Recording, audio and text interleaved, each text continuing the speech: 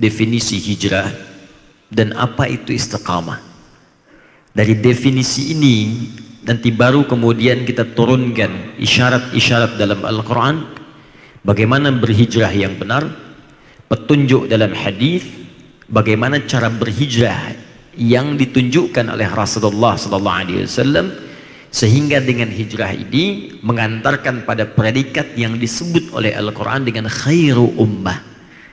Di orang-orang hijrah ini, itu pada akhirnya nanti goalnya, target terbesarnya adalah mendapatkan langsung predikat dari Allah yang lantas diabadikan dalam Al-Quran di surah yang ketiga Ali Imran itu di ayat yang ke-110. Jadi yang tadinya jahiliyah berhijrah, bertransformasi, ujungnya kemudian disebut sebagai khairu ummah. Kuntum khaira ummatin ukhrijat linnas ta'muruna bil ma'ruf wa tanhauna 'anil munkar. Kata Allah, kalian itu benar-benar, pakai kuntum, kana wa akhawatuha. Ya, kalau kana wa akhawatuha sudah masuk pada sebuah keterangan, ini menunjukkan sifat taukid namanya. Sesuatu yang menjamin kepastian dan kekuatan. Dikata Allah, saya pastikan, yang memberikan garansi Allah, bukan manusia. Jadi kalau yang memberikan garansi manusia, bisa jadi sudut pandangnya berbeda. Anda diberikan garansi di sini Anda orang baik, tapi ketika pindah komplek ke tempat lain, bahkan di wilayah yang sama, Anda pindah dari sini ke Cicahem, orang Cicahem belum tentu menyebut Anda baik. Pindah ke Soreang, orang Soreang belum tentu mengenal Anda. Jadi prediksi manusia, pandangan manusia boleh jadi bisa meragam, tak sama memberikan pandangan, tak serupa memberikan penilaian. Tapi kalau Allah sudah memberikan garansi, maka jangankan penduduk bumi, penduduk langit mengatakan ini yang terbaik. Maka kata Allah, kuntum khaira ummatin, kalian itu benar-benar, aku garansi, aku pastikan umat yang terbaik yang pernah hadir di muka bumi. Dan khaira itu, saya bahas kemarin di Kelapa Gading, itu setidaknya memiliki 3 pengertian, paling minimal. Khair itu bisa menunjuk pada perilaku, sifat. Jadi yang tadinya kurang baik, berubah jadi baik. Itu menunjuk pada sifat.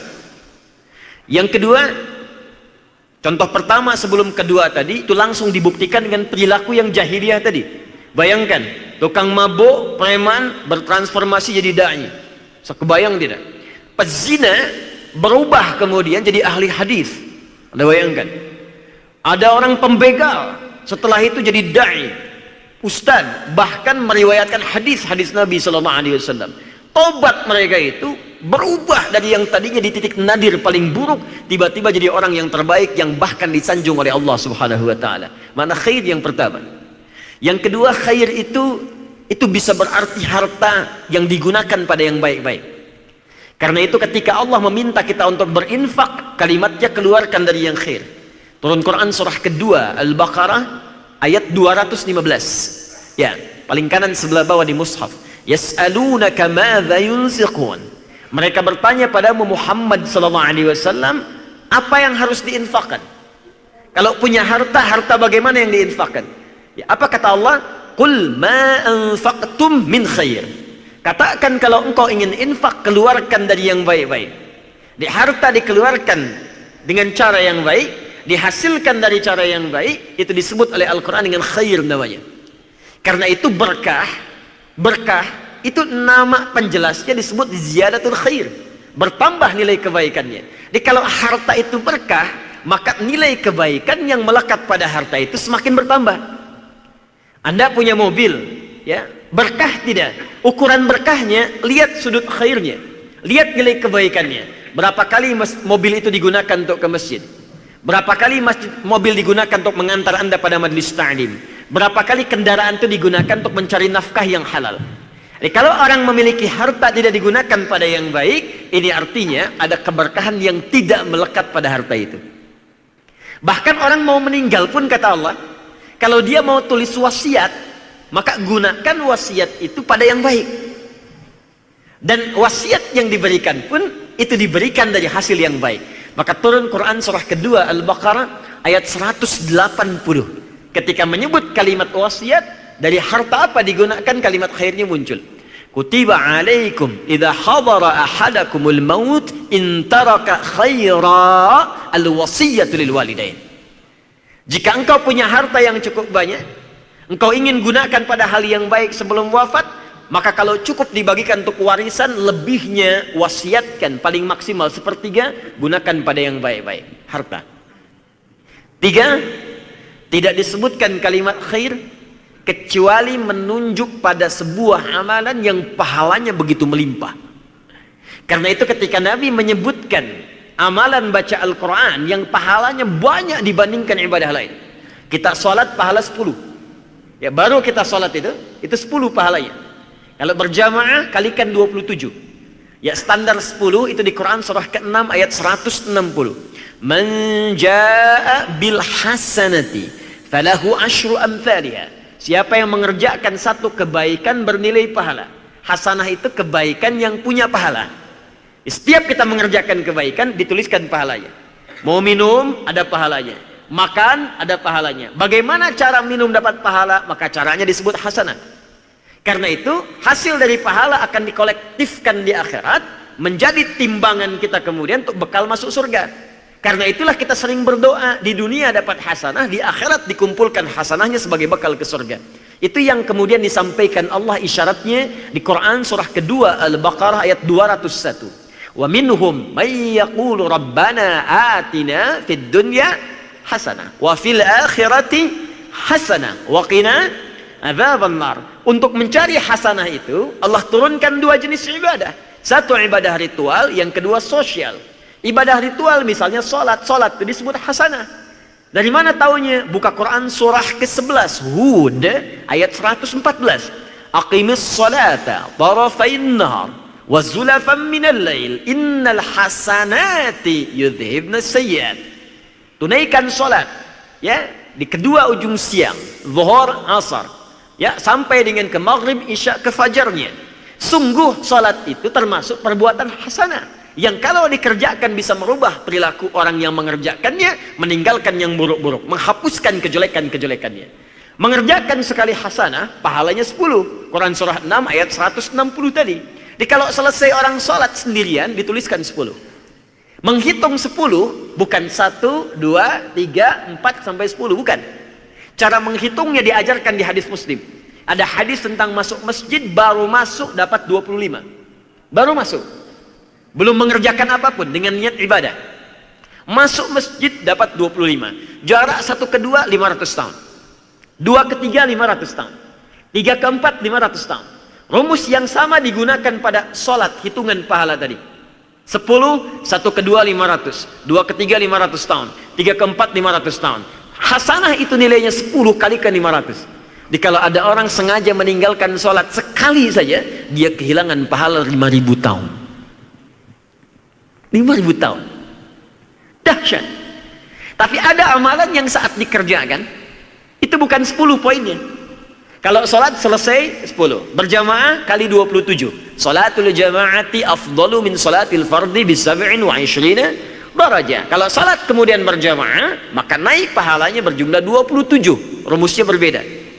Anda sambil berinfak minimal 700. Quran surah kedua ayat 261. Tapi kalau Anda membaca Al-Quran misalnya, maka bukan selesai baca dapat 10, setiap hurufnya 10. Bukan selesai baca, setiap hurufnya 10. Anda bayangkan. Hadisnya At-Tirmidzi, nomor hadis 2010. Man qara'a harfan min kitabillahi falahu asyru hasanat. Siapa membaca satu huruf saja dari kitab Allah Al-Quran, maka setiap hurufnya 10 kebaikan. Walam aqul alif lam mim harfun. Kata Nabi, saya tidak katakan alif lam mim satu huruf. Walakin alifun harfun, lamun harfun, mimun harfun. Walikulli harfin asyru hasanat. Tapi alifnya satu huruf, lamnya satu huruf, mimnya satu huruf. Setiap hurufnya 10. Jadi kalau Anda baca alif lam mim, berapa huruf?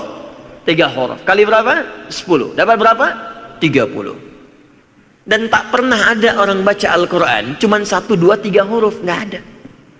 Anda bayangkan. Nun. Lumayan 10. Tutup. Nggak ada. Orang pasti baca banyak. Bismillahirrahmanirrahim sudah 19 huruf. Karena pahalanya berlimpah, maka belajar Al-Quran, baca Al-Quran, mengaji Al-Quran, menghafal Al-Quran disebut dengan khair oleh apa? Khair oleh Nabi sallallahu alaihi wasallam. Itu ditemukan dalam hadis riwayat Al-Imam Al-Bukhari nomor hadis 4719. Kalau kita urutkan sanadnya, Imam Al-Bukhari menerima dari Hajjaj bin Minhal, Hajjaj bin Minhal menerima dari Syu'bah, Syu'bah menerima dari Alqamah bin Marthad, Alqamah bin Marthad menerima dari Sa'ad bin Ubaidah, Sa'ad bin Ubaidah menerima dari Abu Abdurrahman As-Sulami, Abu Abdurrahman As-Sulami menerima dari Uthman bin Affan dan Ali bin Abi Thalib radhiyallahu ta'ala anhuma. Keduanya menerima dari Nabi sallallahu alaihi wasallam. Beliau bersabda, khairukum man ta'allama al-Qur'ana wa 'allama. Khair. Jika ada orang baik di antara kalian, maka yang terbaik yang bisa engkau dapatkan dari situ, pahala yang melimpah kalau cari amalan, itu orang yang mau belajar Quran, pahalanya banyak. Nah, orang tadi jahiliyah, dia berhijrah apa, Bu? Begitu berhijrah disebut oleh Allah dengan khair, khaira ummah. Apa kalimat khair di sini? Mencakup 3 makna tadi. 1, perilakunya berubah jadi orang baik. Bayangkan, dari orang yang paling keras tiba-tiba jadi orang yang paling penyayang, orang yang pemukul jadi perangkul, orang yang pencela jadi pecinta, orang yang paling rakus jadi orang paling dermawan, merubah perilaku. Yang kedua, ini yang paling dahsyat, khair juga menjadikan golongan para sahabat yang berorientasi untuk mengumpulkan harta, sekarang berubah orientasinya bagaimana harta yang dikumpulkan untuk bernilai kebaikan. Dulu saat jahiliyah kerja, dapat uang, dapat bonus, riba, kumpulkan sebanyak-banyaknya. Setelah berhijrah, sekarang motivasi mencari hartanya bagaimana saya kaya supaya bisa zakat, saya kaya supaya bisa infak, saya kaya supaya bisa sedekah. Makanya bagi orang Islam pada saat itu, kaya itu biasa, Pak, dan nggak jadi kebanggaan. Yang sulit itu bagaimana mengelola kekayaan. Kaya itu biasa. Bahkan orang bisa milih, kamu pengen kaya, ya kamu kaya aja silahkan. Kalau aku pengen dengan tenaga saja, maka Bilal memilih dengan tenaga, azan sampai suara terumpahnya terdengar di surga oleh Nabi sallallahu alaihi wasallam. Ali tidak memilih jalur kekayaan, padahal kalau mau kaya gampang, menantu Nabi. Jalur apa? Jalur pengetahuan. Abu Hurairah memilih jalur pengetahuan, Abdurrahman bin Auf memilih jalur kekayaan, Utsman bin Affan jalur kekayaan. Dikumpulkan kekayaan bukan untuk dikoleksi. Apa yang dilakukan oleh mereka? Ketika ada orang membutuhkan infak, Abdurrahman bin Auf, sepertiga orang Madinah itu hutangnya dibebaskan oleh Abdurrahman bin Auf, sepertiganya. Sepertiga lagi diutangi, diberikan modal untuk kerja. Sepertiga lagi yang tak mampu kerja disantuni oleh Abdurrahman bin Auf. 1 orang menyantuni seluruh penduduk Madinah. Khair. Yang ketiga yang paling menarik, walaupun ini kaya, walaupun punya kedudukan, walaupun berubah sekarang jadi orang yang lebih baik, tetap tidak meninggalkan pemburuan amalan yang melahirkan pahala yang sangat banyak. Uthman bin Affan, Abdurrahman bin Auf, Tamim Ad-Dari, saya sebutkan tadi bagaimana kekayaan limpahan mereka, tapi disebutkan oleh Al-Imam An-Nawawi dalam kitabnya At-Tibyan fi Adab Hamalatil Quran, kitab pertama yang dituliskan oleh beliau sebelum menulis Al-Arba'in 42 hadis, Riyadhus Shalihin 1896 hadis, sampai kemudian Syarah Muslim 9 jilid. Beliau tuliskan dulu kitab At-Tibyan fi Adab Hamalatil Quran. Dituliskan di situ kata beliau, Allahu Akbar, sekaya-kayanya Uthman, sekaya-kayanya Abdurrahman bin Auf masih sempat tahajud setiap malam sampai khatam Al-Quran.